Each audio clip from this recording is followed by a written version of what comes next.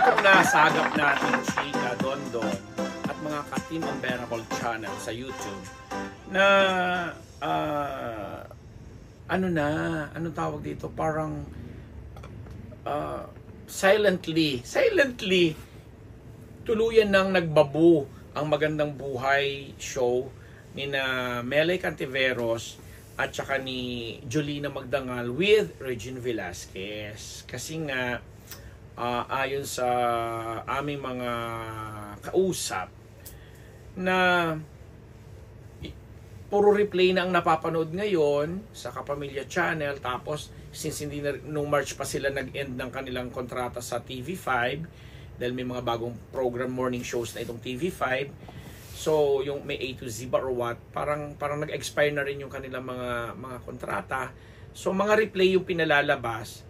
Pero sabi naman ni Ma'am si Jolens, nagtitaping pa rin sila, pero as we podcast this, wala pang kumpirmasyon kung kailan sila uli i-ere ng mga bagong episodes na tinape nila.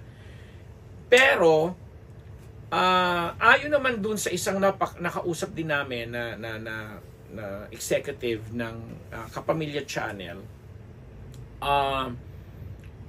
parang bukod sa advertising issue na hindi na pinapasukan ito ng mga sponsors kasi puro mga ano bang tawag natin dito sa omnibus, yung mga naiwan na lang ng mga nakaraan nilang kontrata kasi nga nag-end na yung mga contract nila doon sa mainstream television which is TV5, tapos sa YouTube na sila napapanood. So kumbaga nag-iba yung format, so yung kontrata, existing contract nila sa kanilang mga advertisers ay hindi na i-deliver according sa medium na dapat na pinaglalabasan nito. May mga ganong issue akong nabalitaan.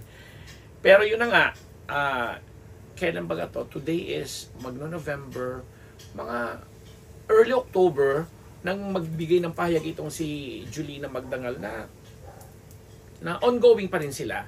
Pero wala ka rin maririnig kay Melay, na si Melay naman ay naging busy din bilang isa sa mga co-host ng PBB, and yun na nga, nagkaroon na ng grad announcement dahil dineklara na yung grad winner, so hindi natin alam what's next with Melay kasi lalo pat may sarili naman na siyang podcast, yung sa mga Bisaya ba, yung sa ibang platform, di ba, more on YouTube, na yun ang pinagkakabalan at yun ang sa ngayon ang pinaka-main niyang bilang siyang main host, habang si Regine Velasquez naman nasa ASAP, regular siya doon. So si Jolina nasa teleseryeng Lavender Fields. Pero yung silang tatlo as Magandang Buhay show, wala pa pong kumpirmasyon talaga kung tuluyan na ba itong nasibak or hindi na i-air muli, or may mga episodes or meron pang transaction na ginagawa para bumalik sila doon sa Kapamilya Channel na kanilang nakagisnan. Kasi kung sa mga nanonood po ng regular or mainstream television, mapapansin niyo na simula sa umaga, di ba, wala na yung morning show nila, hindi na umi-air yung mga pang-umaga nila, puro replay sila, yung mga luma nilang programang pinalalabas. Dahil parang nagsisimula na lang yung araw nila ng official via It's Showtime, na may intriga pa nga na baka hanggang December na lamang daw, although pinabulaan na naman yan ng GMA Network na mag-i-end daw ang kontrata ng It's Showtime sa GMA 7 sa December, kasi nga parang babalik na itong Tape Incorporated, pero wala pa pong kumpirmasyon, lahat yan puro chismis lang, ha. So sa kabilang dako, yung mga yung mga issue na yan, bigla naman ngayon yung pagbulusok ng TV5 kasi nakuha na nga po nila si Miss Corina Sanchez o si Ating Corina para namang maging kapalit ni Carla Estrada bilang main host ng Face to Face. Ngayong November na rin yan i-ere with Corina Sanchez, na alam naman nating lahat may sarili siyang mga bao na kakayahan, karunungan, katalinuhan, kagandahan, kayamanan, lahat kayo, at kahusayan. Dahil syempre Corina Sanchez yan, diba? So ito yung nakikita natin kasi pang umaga yung show niya na nire-replay lang sa ibang platform ng TV5 kasi diba ang TV5 mayroon pa may mga kung ano-ano pa silang mga istasyon. Pero ito yung dati na nagpapang-abot sila ng magandang buhay. Kaya siguro, di ba, nag-end na yung Magandang Buhay sa TV5 noong March. Kasi nga, palalakasin nila uli ngayon yung face-to-face. So, yung mga ganong kaganapan, abangan po natin yan, mga kapamilya, mga kapatid, mga kapuso.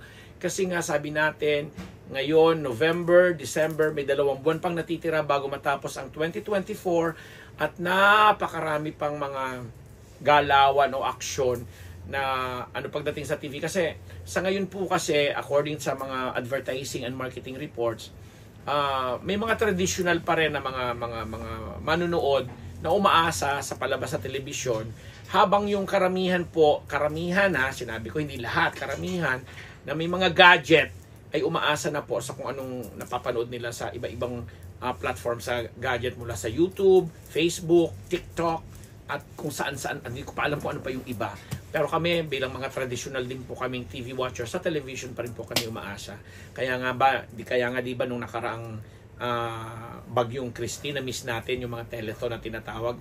Although ang TV5 nagkaroon din ng mga ganong pagtulong, ang GMA7, pero pinaka nami-miss talaga nating lahat yung ABS-CBN Kapamilya, kasi siguro nga dahil mas kilala yung mga personalidad na napapanood natin na sumasagot sa atin sa mga telepono, tumihingi ng mga ayuda sa mga biktima. So mga ganong bagay lang, dahil traditional pa rin pong TV and radio na rin. Isama natin ang radyo, teleradyo na iba na nga kasi yung platform kaya yung mga viewers, yung mga naiwan, yung mga nasanay sa mga ganung medium, pero yung mga bagong bata kasi ngayon, doon ka talaga nag-open sila ng TV or nagbubukas ang radyo para sa mga ganyang bagay.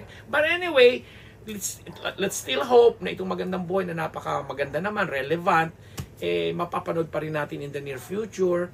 And again, i-wish din natin ng good luck itong si Ating Corina para sa kanyang face-to-face at mga iba pang programa na alam naman natin ibinibigay sa atin ng mga istasyon na to, dahil binibigyan tayo ng impormasyon, ng entertainment, kapupulutan natin ng mga aral, at lalo na nagiging natin sila sandalan kapag may mga bagay na nangyayari sa atin sa palibot natin. O diba, kagaya namin dito sa aming vlog, nagchichismis lang kami, nag-i-entertain din kami, nagbibigay ng impormasyon, ng aming opinion dito sa aming magazine type format na Unbearable Channel. Ako ang inyong lingkod, Papa Unbearable Ambet Lagus, nagpapasalamat.